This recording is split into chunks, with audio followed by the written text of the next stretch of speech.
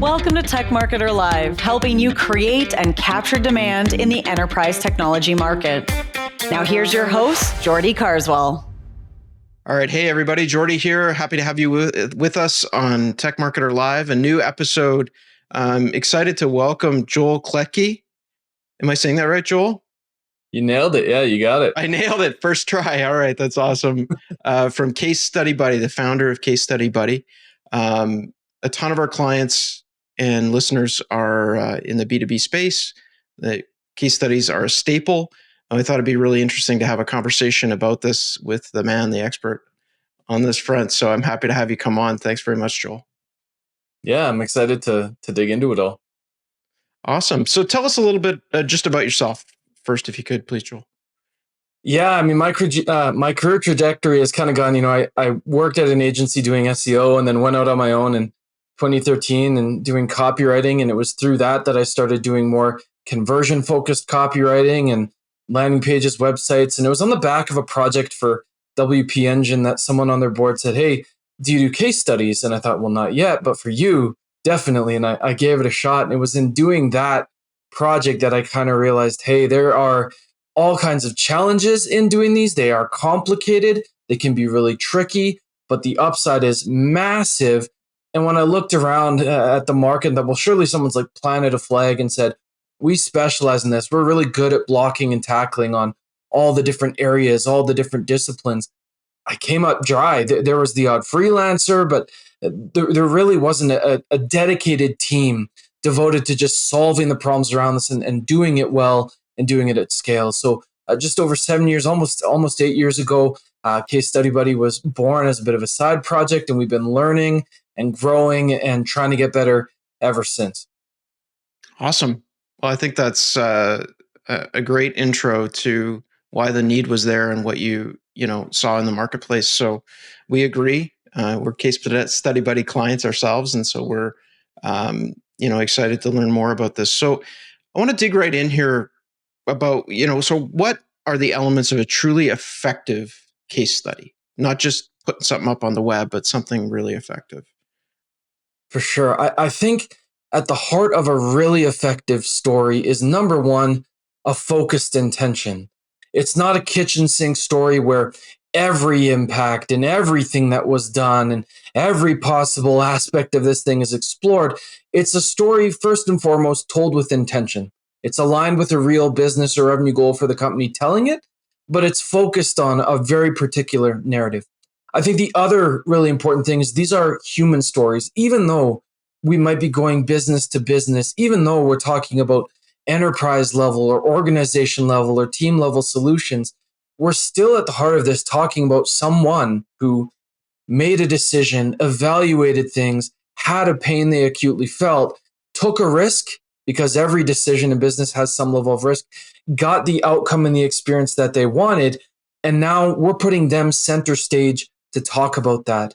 For us, it's really critical that we capture those human aspects, and that includes things like emotion or consideration stages. We'll often tell stories about, we'll try to incorporate the things that went really well, and then also the ways the company pivoted and evolved and worked to satisfy that customer. So I think these are focus stories, they're human stories, and then I think the third piece, the third leg of the stool, is that they're engineered for the channels and audiences that you're trying to reach. And this one gets missed a lot, but one format does not do it all for you. Telling a deep dive 1,500 word piece is great in some environments for SEO or when you have someone who wants that level of detail. But in other scenarios, you don't have that level of attention, that level of buy-in, even that level of informational need. You're drowning them, you're overwhelming them. That's where something like a one sheet or a video or some other way of expressing that story can carry it further, drive more ROI, appeal to someone in that channel or in that space or in that stage of consideration. So focused, human, and then I would say kind of tailored to the channel. Audience is broad, but tailored to the channel and audience. I think those three things come together to really make stories effective. Awesome. I think for us, our biggest challenge in creating case studies was to try and figure out how to tell a story. What was the before and after. And so I imagine you have like a way that you phrase the questions when you're asking the participant so that you can coax that kind of answer out of them. It must be a bit of an art. Yeah, absolutely. I think there's a couple really simple principles that can help anyone conduct a better interview, and we've built on them and expanded on them. I think number one is the old infomercial format: before, during, after. You're structuring it because your goal is to turn your interviewee into a storyteller. You're not there to interrogate them. You're not there to extract information. You're there to get them to tell a story. And so to do that, the second pillar is that the key is in the follow up. It's asking open ended questions that enable them to tell that story, and then active listening in such a way that you can respond and you can dig and you can figure out where to press in or where to pull back. When we run interviews, what our interviewers I think are really great at is we try to get some context ahead of time. We want to know from a high level what the story already is. We want to go deep instead of wide. You want to go in again with some intention behind what you're going to ask and how you're going to ask and where you're going to try to lead the conversation. That doesn't mean that you railroad the customer and go in there. You still have to respond to what they say, but you have some idea of where you're trying to take it. And then we really like to ask questions like, what did that mean for you?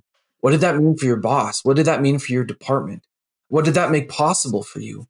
Our interviewers also, there's kind of a phrasing of question that we found to be pretty effective. And that is, what made that so fill in the blank? What made that so frustrating? What made that so effective? What made that so compelling? When you ask questions like these, what you're doing is disarming the person. They're going away from thinking, oh, I'm on a stage, I need to have the perfect soundbite. And you're bringing them into this organic kind of conversation where now it's just them talking about what they experienced, how they felt, how they made those decisions. And the gold comes on its own when you can take that kind of approach. So yes, you want to be structured. Yes, you want to be intentional, but the key really is in that follow up, that active listening, and then putting them in a place to be comfortable to share those details just automatically because of the way that you phrase things to them. Interesting. So do you provide the questions ahead of time to the participant, or how does that work usually? It depends on the situation. Normally, wherever we can, we try to seed and work with our clients to seed some information so that they know the kinds of things they'll be asked. So particularly one of the big challenges for companies we hear all the time is we can't get metrics. We can't get metrics. We can't get impact statements. Mhm. Well, that's because most companies assume that their clients know these things at the drop of a hat and will just show up ready to talk about them. That's rarely the Yeah. case. So we try to seed a little bit about here are the specifics of your story we're hoping to dig into. Here are the metrics we'd love for you to come prepared for. But when it comes to the actual interview, it would be pretty rare for us. There are circumstances we do all touch on in a second, but it would be rare for us to send the exhaustive planned question list in advance because we don't want them to show up sounding rehearsed and wooden and Mhm. that sort of thing. So it's a fine line between helping them prep and then kind of giving away the farm.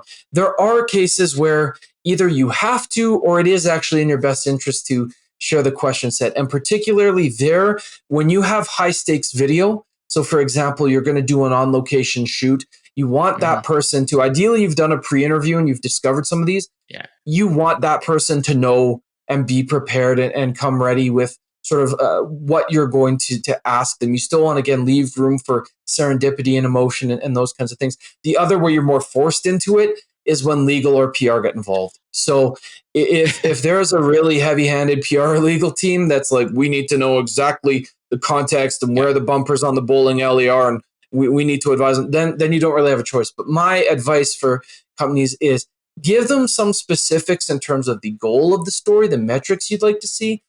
But unless they're explicitly asking for it, don't give them everything. They may find it overwhelming. They may over prepare. Yeah.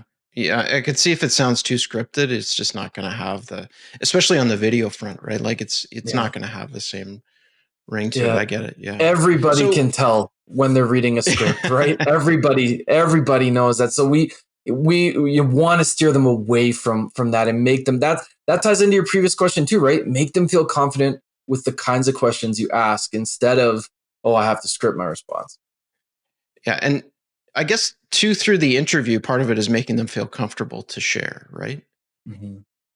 Absolutely. Yeah. I get it. Yeah, no, the wooden answers, we very much had good success. It was wonderful, would buy again. It's not really what you're looking for, quotes wise. No. Yeah.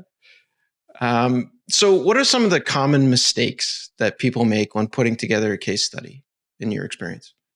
Yeah. I think contrasting what we talked about earlier of being, intentional, focused, human, and intentionally crafted, some of the big mistakes are number one, I think treating these like marketing's pet project.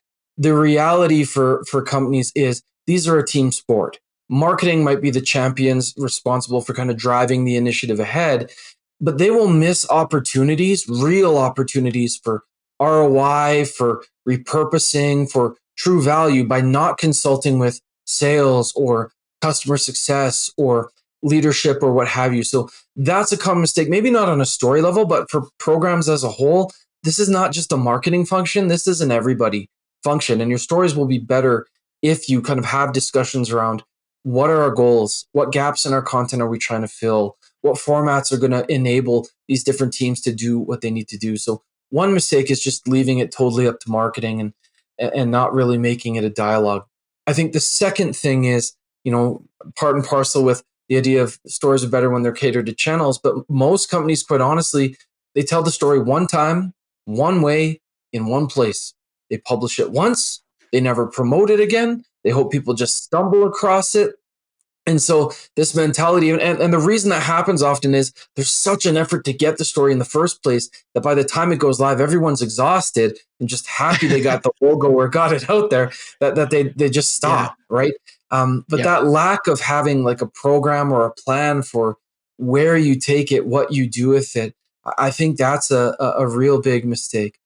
I think the third thing that I would highlight is really not being strategic again about like the types of stories you tell.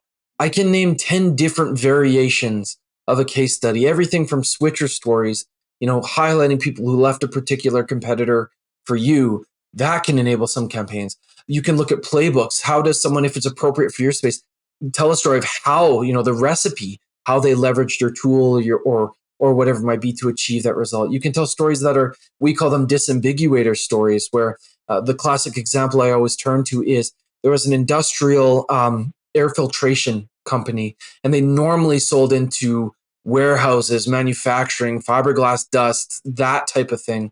Well, COVID comes along, and all of a sudden they realize, you know what, there's a part of our offering we really haven't been pressing into. We've got all of this compliance level filtration that we could be selling into places like gyms. People are nervous about coming back to gyms. Having this air filtration in place is a selling point at this point. Well, to sell into those gyms, that's a very different buyer than an industrial manufacturer or what have you. So disambiguating how your solution works in that kind of environment and how you appeal to a very different kind of buyer. You can tell that kind of story. You can tell stories that we call skeptic stories that are more focused on someone who almost didn't buy and what ultimately won them over. So being strategic about what goals you want these to support. When you just treat a case study like any old win, like, all right, here we go again, problem, solution, results, it's all the same. You miss opportunities to give these the most utility possible. And then I said the last one was the last, but this really is the last one. The dumbest thing you can do is not involve the customer in a customer success story. Clients, even our clients think sometimes it would be so much easier if we just didn't have to interview them or get there. Like, why can't we just put this together and then either just publish it or then ask them once it's already created? Yeah. And that's a fast track to number one, weak stories. Your perspective is never going to be as compelling as your customers. Number two, you're pissing clients off. Like, if you disclose something by accident, if you make the mistake so many companies make of making your customer look like an idiot, like for some reason when people start writing these or filming these, they have a tendency to really focus on making the customer look as dumb as possible so they look as great as possible. That's a real easy way to make sure your story never sees the light of day. So, not including the customer is a death trap. It will mean weaker stories, fewer approvals. It's easier in the moment, but it's not going to be a long-term path to success. Interesting. Oh, this is gold. So I'm curious about this. You mentioned, we went through it very quickly, that three kinds of stories you can tell. So one of them was a switcher, right? So maybe let's talk about that a little bit more. What do you mean by the switcher story, and how does that look? Yeah, and there are, I'll have to pull them up because my memory is actually, but we've identified over 10 different types. But focusing on Okay. switcher, a switcher story is so let's say that you're in a very competitive space. You're in a very competitive space, or you're a newcomer, and you have stories of people who used to be on a different solution and they made the choice to come to you.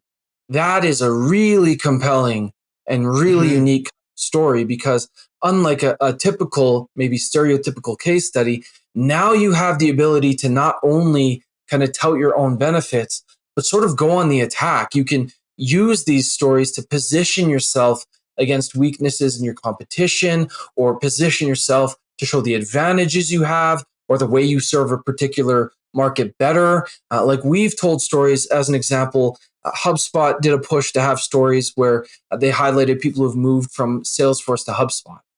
Big competition. HubSpot is the emerging competitor there as their suite grows in functionality and scope. They needed people to know they were a legitimate competitor, and also to hear firsthand, why would people leave kind of the industry standard to go somewhere new. And Mm-hmm. those stories in turn can power all kinds of initiatives: remarketing, SEO, cold outreach, you name it. Any campaign geared specifically towards countering that competition. Now you've got this killer proof to go alongside it. But you only capture that really if you're intentional about not only how you tell that story, but one step back, who you asked to take part in the first place. And so Right. having that goal be clear makes it easier for people to nominate candidates, easier to identify them, easier to make the ask, easier to disambiguate what you might be, asking them in their story. So it's a chain reaction of strategy through to focused asset. Wow. There's more to that than I thought. Once you get into it, that's awesome. I Yeah. think so. The switcher. Now you mentioned sort of 10. I won't ask you to list them all off, but what are some other examples? I'm curious on this, Other example of switches or other examples of story types? or just types of stories. Sorry. Yeah. So some of the ones, there's those switcher stories. There's what we call skeptic stories, where again, the bulk of the story focuses actually on the early decision making process and really lays bare their concerns. And then in the results section, you spend a little bit more time talking about how a solution actually addressed those concerns and overcame those objections. For software, what's really common, well, underutilized, but a common scenario is implementation stories. So often we want to wait till the customer's had Mm-hmm. some gigantic win with our platform, but a successful implementation is often story enough for people at that phase of consideration where they're going, is this going to take 6 months to a year? Will my team actually Yeah. adopt it? What could possibly go wrong? So we've told entire stories just about the experience of implementation. And the wonderful thing is, if you tell those stories, well, hey, if someone goes on the record for that piece, it's a shoe in now to go back to them a year later and say, now we want to update this story and add to it. So there's implementation stories, skeptic stories. We talked about switcher stories, that disambiguator story example where you're talking Mm-hmm. about how you fit into a new market. There's playbook stories. A company that does an amazing job of these is Mutiny. If you go to Mutiny HQ, you go to their playbooks, what you're going to see, what I love in these stories is it's very customer centric. It's how X client basically uses. It's a recipe for how they use Mutiny to achieve a goal, how they built what they needed to build on the back of Mutiny. But then you go into the story and there's this section at the top that's quietly brilliant, and it's what you'll learn. It makes a promise right off the hop in the story, what you're going to learn from the story, and then what you'll need.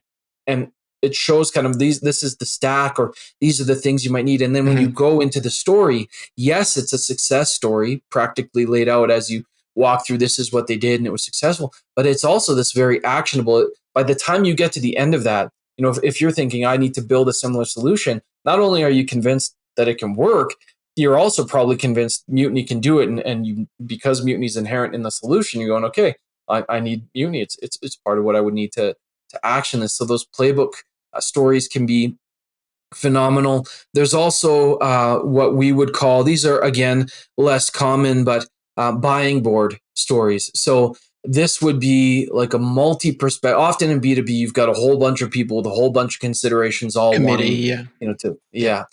And so one way to come at that is to kind of do this cross-section type of story. It's tough to execute because there's a lot of different perspectives and you want to keep that narrative, cohesive and concise. So sometimes things like layout or structure will change, but these types of buying board stories is where you might sample multiple perspectives, bring them together to kind of make a case for the product and that sort of thing. So there are all that to say. I mean, if you're listening to this, the takeaway here is you don't have to tell boilerplate just problem solution results. You can be very intentional about what you want this story to do for you, how you want to appeal to different people, what aspect of your offering or the relationship you want to highlight. And there are many ways to come at that. Awesome. Yeah, no, that's fantastic information. I think now I'm thinking back to our case studies and our goals, and I think we need to take a minute, look at things again, and make sure we got a little bit of something else. But I think too that it seems like there are various types of stories that would fit into various points in the buyer's journey, right? And just to say we have 3 case studies, here you go, sales. Yeah. That's why it's so important, especially, it doesn't really matter what stage you're at. For some companies, early stage, you're thinking, we don't have a huge client base, we can't really pick and choose. Okay, yes, you probably want to start by just starting to get a story together, get something out there. But as your company matures, when we look at, we've served over 350 different clients over the years. And when I isolate the top 1% of that client base and I look at what is it that they did differently that enabled them to do everything from produce at scale to drive more ROI to get approval to all of this, we have a piece we've put together about this that you can share in the show notes and people can dig into. But what it really comes down to is they build infrastructure as they don't treat these like an asset. They treat them like a program. They do a multi-team approach. There are processes and systems that inform strategy at the beginning. What types of stories do we need, whether it's for this quarter or for this year? There's systems in place for who is making the ask, how and when. There's systems in place for what happens after that point to make sure the right expectation is set so stories don't die on the table later on. And then they're really intentional about where are we going to use this thing? Where are we going to deploy it? Yeah. And I would say in the early stages of our company, especially, we learned from them. It was by seeing what the most successful were doing that we went, we could be enabling this. We could be making this easier, right? And we've had 7+ years to just look at this set of problems and go, okay, even now we're still seeing and discovering new ways of coming at it. But it's kind of like what you said earlier. For me, when I started, it was like my mentality was around a story's a story and how hard could it be? And now 7 years later, I'm still learning things about where and how it's good. And use these. Yeah, no, it's good. And I think too, like we've seen some of our clients even roll webinars into that program, right? So they'll bring the client on, a webinar, they'll shoot a segment with them and then weave it into a webinar. Then it, builds into their lead gen efforts and things like that too. So that's really cool. Awesome. So obviously stats are a huge part of, you want to show X% improvement in Y area. But what do you do when the client either won't share them or maybe doesn't have them? Yeah, this is a really, really common problem. I think to take it a step back even further, how do we maximize our odds of getting stats in the first place? So let's start there, because a lot of people think, oh, my clients have no stats. And then when you really impact, it's like, you're not making it easy for them to have stats. So I think the first thing is, we mentioned earlier, if you want to get metrics in your story, there's a handful of things that you can be doing to empower that. Number one, look at your normal cadence of comms with clients and ask yourself honestly, do we make talking about KPIs normal? Like, is this part of our regular dialogue? Because if it's not, that's something you can start changing today. How can we put some accountability and ownership across talking about outcomes and reminding customers of why they came in and how we're tracking against that. The second thing is, you can seed. Again, this is why we try to work with clients to seed a little bit ahead of the call. These are the types of things we'd love for you to come prepared with. That gives you some foresight. If they come back and say, I have none of that, at least you can be intentional about either, number one, finding a way to surface metrics, which I'll talk about in a second, or number two, steering the interview in another direction. So let's say, okay, the client is reticent to share. They're not, they're thinking, we don't want to share metrics. What are your options? How do you come at that? We kind of approach it in a staged approach. The first thing is, okay, we do want to try wherever possible to get a metric. You can tell amazing stories without metrics, but where we can get one, we want one. So the first thing we'll do when someone says, I don't want to share a metric, we want to understand what's motivating the no. Is it that they don't know their numbers, or is it that they won't share their numbers? Because the approach is very different. If they don't know them, then we can be proactive about trying to help them either discover those or discover a proxy they're comfortable with. We can work with them to do some math, some estimation that they're comfortable putting their name behind.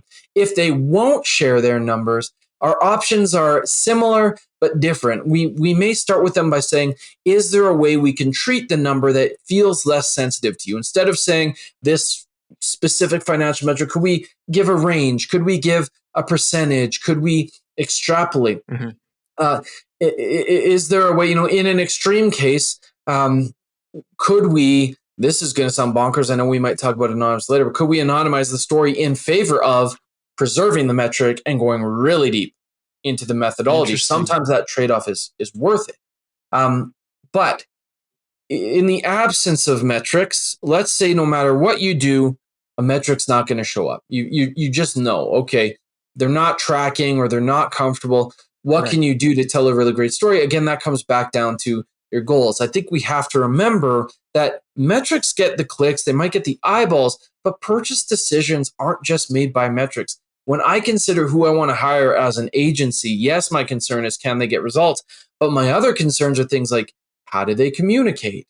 Do they have experience in my space? How do they think through problems? Have they helped the company go public or become a unicorn? Those have no metrics associated, but they sound pretty darn good for someone who has that same aspirational goal. So you look in that case for more qualitative, criteria people evaluate you on, or a more qualitative kind of outcomes they might be looking for.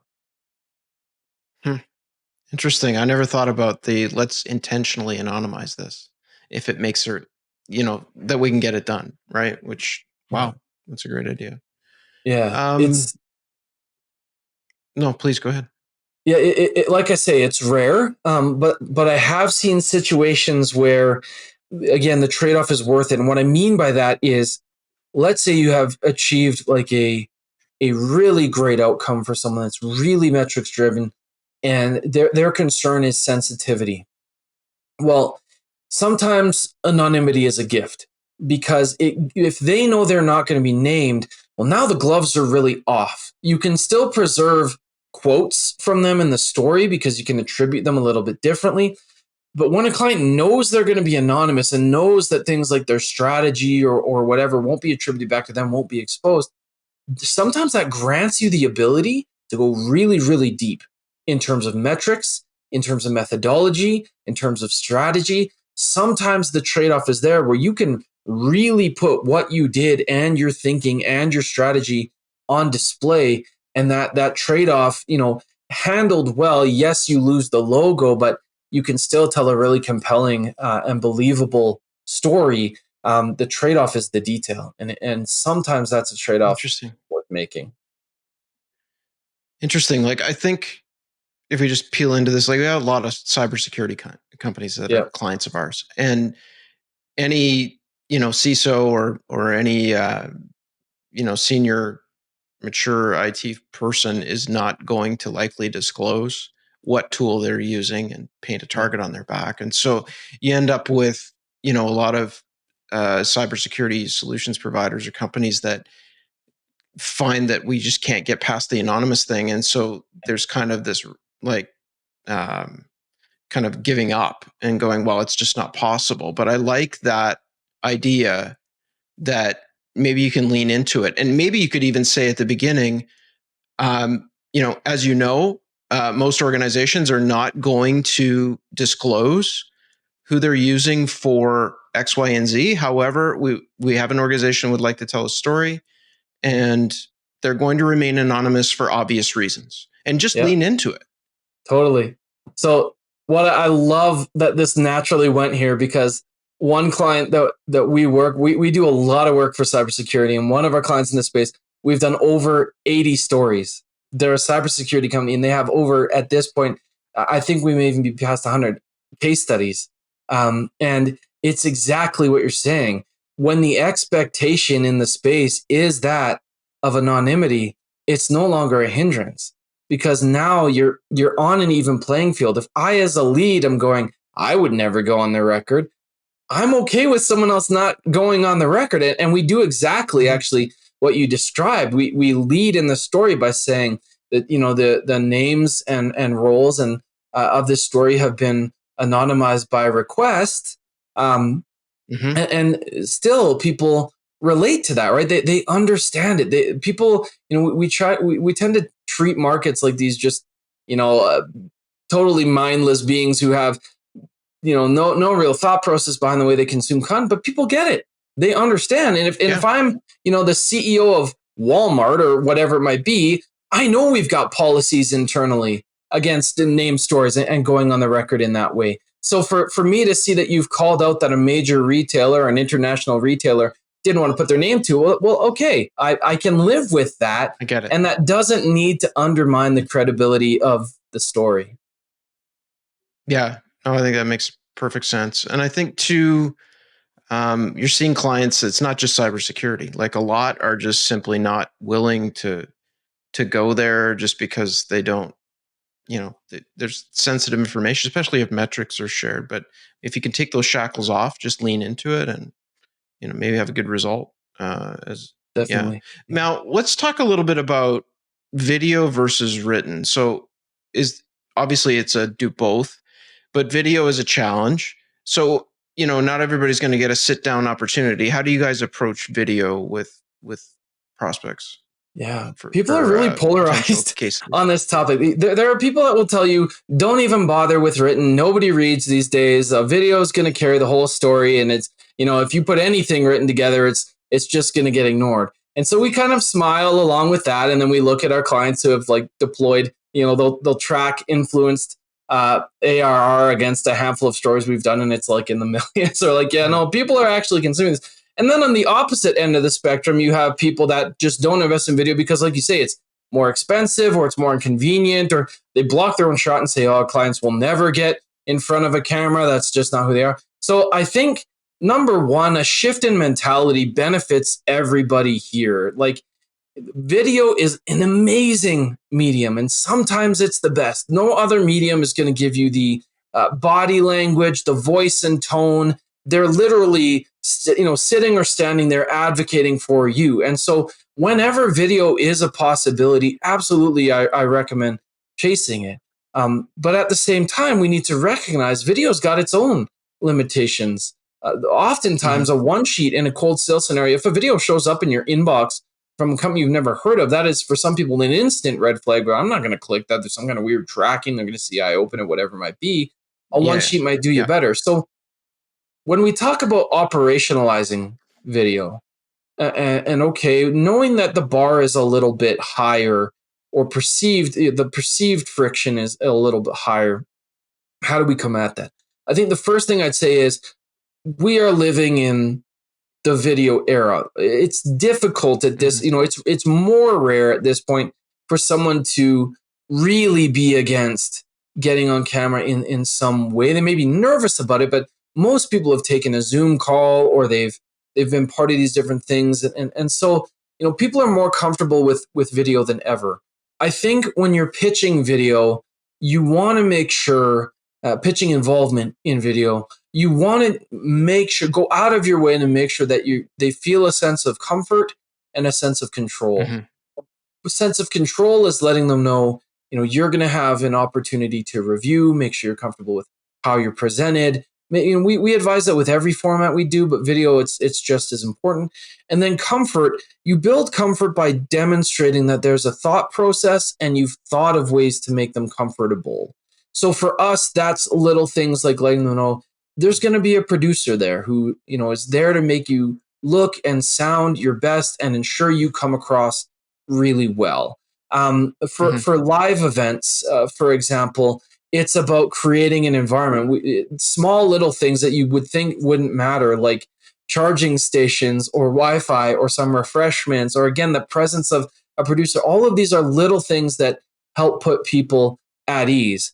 I think the other thing is that is where it is so critical to have someone experienced doing the interview itself, because interviewers don't just serve the role of surfacing the story, they also serve the role of calming nerves, building rapport, and bringing the best out of that person. And so where a producer is kind of there to help them feel comfortable with the lighting and framing and setup and make them feel really confident and comfortable, the interviewer is there to, again, put them at ease and get that information out of them. And a simple tactic for this that we try to get our team to use, and that anyone listening can try, so simple: epic encouragement.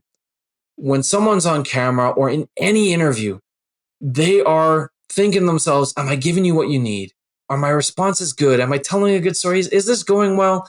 And so for an interviewer, one of the best things you can do is these small bits of epic encouragement. That's a really great response. Or, oh, I'm glad I get to talk to you about this. You really know your stuff. It has to be genuine. But these kinds of little comments, like, that's a fascinating answer, or that's really interesting, tell me more. These are little tiny things that on their own don't seem like much, but make a huge difference. If you're making someone feel actively like they're crushing it in the interview, they start to live up to that expectation. And so that's a really simple thing that I think we've learned over time, is a little bit of epic encouragement along the way, little jabs of just like, that's really great. You really know this. What a good response. I'd love to hear you say more, things like that. That goes a long way to, in the moment, making your video come out, as strong as possible. I think I could have given you some more epic encouragement here today, Joel. That's awesome. I'll say that's awesome. It was an excellent response. I'll try and put it into practice right now. That's good. Yeah. I know your team even will send a lighting and microphone to the client that they can just keep to make them look good on camera. Yeah. Which I think is really, I think that's awesome. I think it shows them that you want the outcome to be good for them and for you. Yeah. Right. I mean, the other piece of it is when they feel prepared, right? And that's why I say, especially for video, that's where seating is important, and kind of giving them a sense of what might be talked about, making them feel like I've got the right gear for the job. We will also send in advance kind of a little bit of like a setup, sort of one sheet where it's like, here's how to make sure your environment is looking good. And don't worry too much if you're not nailing it. Our producer's going to be there to help you, but here's some guidelines and instructions. And all those little things add up to just better video. And I think the thing, especially with remote video, that you have to acknowledge, and it's one of the toughest things about making this part of our offering, is you are walking into an uncontrolled environment. And so with an on-location shoot, you have so much control over seating, lighting, framing, environment, all of it. So you're guaranteed an epic outcome if you do your job right. With remote video, that's why we send that stuff, because we want good lighting. We want good framing. That's why at the beginning of the call, we might ask them to adjust their space a little bit, or gently ask them to reposition or move. And then beyond that, I mean, you have to have a team that can block and tackle, because we've had people that had dogs with collars rattling in the background. We've had people's heaters come on halfway through, and now you're getting a hum in the audio. We've had people have a piece of hair that keeps falling in. You have to know how to gently respond to, hey, could you just brush that aside? And it all sounds so simple until you try to do it. And then you realize, like, there really is an art to capturing, all of that, while still trying to make sure sound bites are succinct and good for video, all that stuff, right? So there's a lot of considerations, but there's a ton you can do to make people feel comfortable, confident, like they're crushing it. prepared, all of that stuff. No, and your team does. I've been impressed with everything they've done for us. That the way that has pulled off, even though somebody's in their living room, it still looks great. And Yeah. I think too, like, as we get into the UGC age, or like user generated content, are you seeing companies like maybe even lean in a little bit to just asking the customer to grab their phone and just shoot a little? I mean, we see that in e-commerce and things like that. But what about B2B? I think so much comes down to there are trade-offs with everything. So I think it's becoming more acceptable to have this kind of raw self-shot aesthetic. And I think that a lot of brands have been reticent to embrace that, but you are starting to see, especially with like TikTok and things like that, it becoming to some degree less about the polish. But the big trade-off is story. So you can definitely, like in e-commerce, the stakes are not that high, because if I'm doing a product review and basically saying I love the product or whatever, it's pretty easy for me as an individual to sort of give you something close to what you need.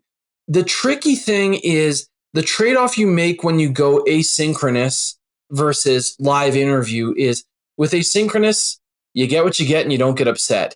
And if that person is well-spoken and comes with details and can relay their emotions and can follow a good narrative and respond well to the prompts you've given them, you might get something amazing, right? I'm not going to sit here and go, no, ours is the only way to come at it. I mean, we've looked at asynchronous, but like you legitimately can get something really good. But more often than not, if that person, anything can go wrong when you're not intervening. If their lighting and framing is weird, okay, the raw aesthetic is fine. What we've learned the hard way is people can live with, as a viewer, maybe not the perfect like display, but if that audio is bad, it's over. They're not watching. They're not continuing. The other thing is you're kind of at the mercy of what they have to say and how they say it. If they give you a big run on sentence for 5 minutes, that's going to be really hard to edit. Because yes, you want raw and real, but nobody's sitting through that. Nobody is watching that, right? So I think there's really great options and opportunities. I think asynchronous is wonderful for scale. I think if all you want is like a testimonial soundbite, like that whole, it's really great, we stand behind it, asynchronous is probably the cheaper, more scalable way to go. But if your goal is to support like a focused narrative and you want to get the gold out of you don't want to leave that up to chance, that's where the live interview, I think, still has a big role to play. So they're both great solutions. It just depends on your goals, the type of footage you're after, and ultimately the person giving you the content. Yeah, and you don't have to go back to them and say we got to redo this, and it could end up in a wheel that just goes around and around it. Yeah, no, especially if they're busy, really, right? Unless you're on amazing terms with them or you're ready to incentivize them to go do it again. You get what you get, and you don't get upset. It's what's there to work with is there to work with. Yeah, no, it's a good point. What do you see in terms of the optimal length for a case study video, like your prototypical case study video? Minute and a half, 2 minutes, 3 minutes? Yeah, I think there's two primary and maybe three cuts, I think, serve most of the functions you'll need. The first is like if you are doing ads or you're making a push, in an ad campaign, a single statement like 10-second video is probably, it's worth testing against longer variations if you've got a really great statement or hook, because again, that gives you the ability to kind of steer attention elsewhere. We, by default, always give clients kind of a 30-second-ish variant, which we call kind of the highlight. So it's a little longer than that 10 seconds, but we see that play nicely on social and embedded, within pieces and that kind of thing. And then for us, we kind of, there's no, hard-handed limit, but we kind of see attention start to dwindle after the kind of 2:30, 3-minute mark, unless you're really like doing some fantastic editing and really, making it compelling. It's hard to hold attention beyond that point. It's also, the other side of it is, what's the edit like? Because 2:30 of just a talking head is not that compelling to watch. You want to have transitions. You want to ideally have, whether it's animations or stock footage or B-roll or whatever's available to you.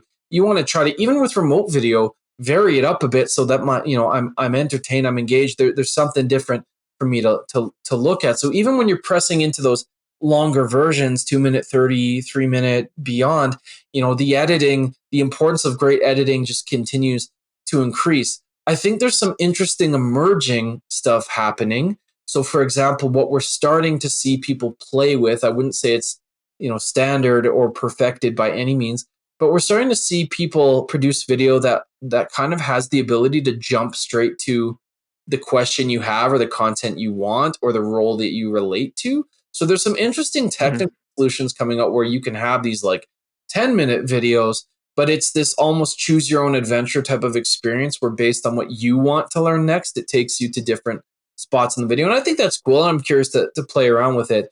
But yeah, we generally, from our bias perspective, from what we see with our clients, we tend to see attention drop like a stone once you're past that 3-minute mark. There's nothing magic about that, but unless it's a really, really well done video, keeping it a little tighter is going to play to your benefit for sure. Yeah, and we've actually taken our videos that your team did for us and taken the highlights piece and used that as a LinkedIn ad creative, and then actually split it up into, even the highlights piece we split up into, like you said, the 10-second quick hits, and the click-through rate is very, very good. And especially the ones that are like, results based, right? It used to be like this, now it's like this, and then click through, and that's actually been some of our best performing LinkedIn ad creative for us so far. So you can repurpose it for those types of campaigns as well. Awesome. This has been great, Joel. I mean, we want to get to a couple other things that we had on the docket for you here. Yeah. Let's talk internal approval processes.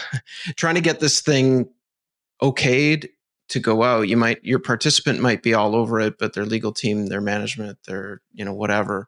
How do you guys? Any tips for navigating that? Yeah, this is another place where the greatest kind of measures you can take are proactive ones early on. If you're trying to solve this retroactively at the end, you've kind of put yourself in a tougher situation. So there's what you can do today, and then there's what you should engineer for the future. And what you want to arrive at in the end are when, again, looking at that top 1%, what do they do differently in terms of approvals that makes this easier for them?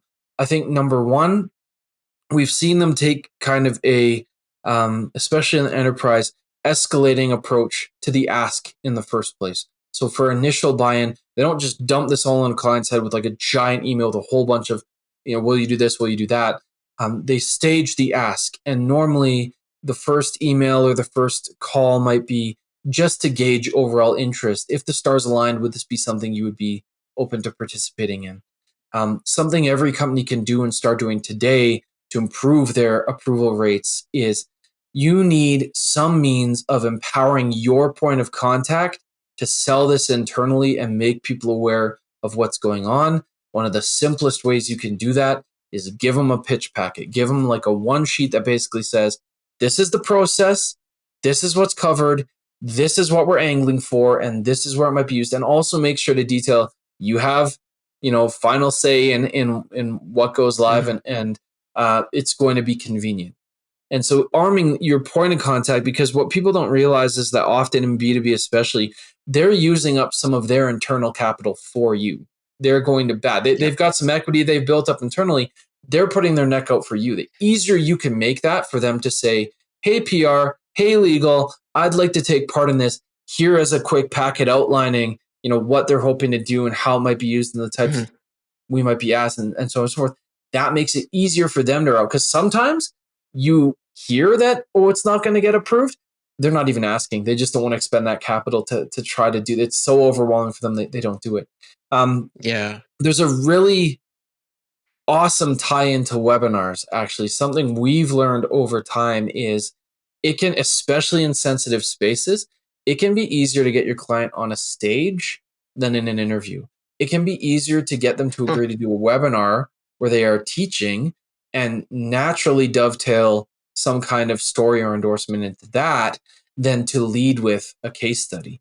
And so we will see again this idea of escalating commitment, looking for small ways they've already put their hand up. So have they done an NPS score survey? Have they done a customer feedback survey? Have they done whatever that helps identify who might be willing to take part? And then if you're hearing a no on the case study, go to a webinar, go get them on a stage, find some way that they can teach it. And that can be another route to getting this kind of peer proof. Another tactic that can prove effective, or something at least to evaluate, is who is making the ask, because that can be as important as how you ask. And so who is making the ask? It should be someone who falls into one of two categories or both. Either who is the most familiar to the customer, so who do they know, or who is most authoritative. So if you have a well-known C-suite person in the company, maybe they've got a bridge to someone at the C-suite in that other company. Clout actually can matter. If I know the request is coming from a high up, that might motivate me a little more as legal or PR or the point of contact to operationalize that, or both. The ideal is if you have someone authoritative and familiar, that is your best person to position the ask and continue it on. I'll close out this thought by saying one of the reasons that these stories die on the table or don't get approved, two of the reasons, one is you move too slowly. So the priorities shift, this slips down the priority list for your customer and they just ghost because they get distracted. The second reason, now of course I'm going to lose my train of thought on the second reason. So the first is it can slip down the priorities. The second reason is because you made them, I alluded to this earlier, you made them look like an idiot. If you have not been careful about the line you walk when especially presenting the challenge they were facing, that is everyone thinks it's the results that are contentious, and sure they can be, but it's often what kills these things is the way you framed it in the challenge. If you made them look like a damsel or a dude in distress or some hapless idiot that you saved, you've made it really hard on yourself to get approval. Yeah. Oh, that's so helpful. I think we've seen the cadence of things be really important, like the speed from getting it done, recorded, and then getting it approved is so key, because time is the enemy on these things, it seems like. So, well, Joel, this has been fantastic. I mean, one of the things I always like to ask people is what questions we should have asked you that we didn't ask. Any thoughts there? I think one that's like a hot button topic for everybody in to some degree is like, how's AI going to change this? Everyone's kind of wondering, like, for everything these days is, how's AI going to change this? And I think we've played around and we've tried things out. I think there are huge opportunities in the near term for repurposing. I think there's lots of ways to leverage AI to take something that's human created and then iterate on it. But the danger right now for the state of things is these are high stakes assets because reputations and sensitive data and so on are involved. So we're not, I think we're still pretty far from generating something truly strategic and meaningful in a way that is safe, especially when you consider like training models and that kind of thing. I think the other question is, how should we measure the ROI of these things? How do we know it's working? And it can be slippery. People go, well, what's the ROI of a case study? How do you pin that down? And I just want to leave some ideas because so much depends on how you leverage it, but some things to think about. Can you benchmark your before and after in terms of sales cycle? Are you shortening your sales cycles? Can you benchmark your before and after in sales confidence? How confident are they that they're going to close a particular type of deal? Can you look at, if you're doing cold outreach, positive response rates? Is your response rate higher when you mention a case study or share one, or do you get more responses when you name drop or share these things? That's another way to look. You can look at conversion rates or conversions to demo or inquiry on remarketing, especially. We've had clients see great success in terms of when someone's expressed an interest by visiting certain content on the site, instead of an ad that takes them to a landing page, push to a story and benchmark that. How does that compare to some of the other campaigns you're running? All of these, influenced MRR, ARR, like looking at how often do they interact with a case study in the process, and different CRMs will make that easy for you. For ad campaigns, again, benchmarking how does this LinkedIn creative perform against other LinkedIn creative compared to the things you're already doing, kind of see how that works. So that's a question I get a lot, that people, they believe in case studies, maybe their boss doesn't. It's like, how do I prove the juice is worth the squeeze? And those are some things you can think about. Yeah, because especially if you're outsourcing, I mean, it's not free activity, right? There's some effort, there's some investment involved, For sure. and you have to. Yeah, no, I like it. So, Joel, how can people get in touch with you? Yeah, I think number one, casestudybuddy.com, we have a blog where there are tons of kind of pieces on how we come at this, how you can come at this. There's a lot you can learn there. We have a newsletter that we share ideas and tips and resources and examples fairly often. So that's a pretty low pressure way to check things out. If you don't know if we're a good fit for you, you can also contact us through there. And for me personally, on LinkedIn, I don't always respond quickly. I do always respond. So always happy to jam on ideas and chat there. And then Twitter, I'm not all business all the time. We're coming into hockey season, so I will vent my inevitable frustration with the Calgary Flames at some point, but I'm happy to connect there as well. Awesome. Well, this has been fantastic, and I think our clients and listeners are going to find it really interesting too, and hopefully have some success in how they go to market with their case studies. So thanks very much. That's a wrap for the pod, and we appreciate everybody being on today. We'll talk to you soon. Cheers.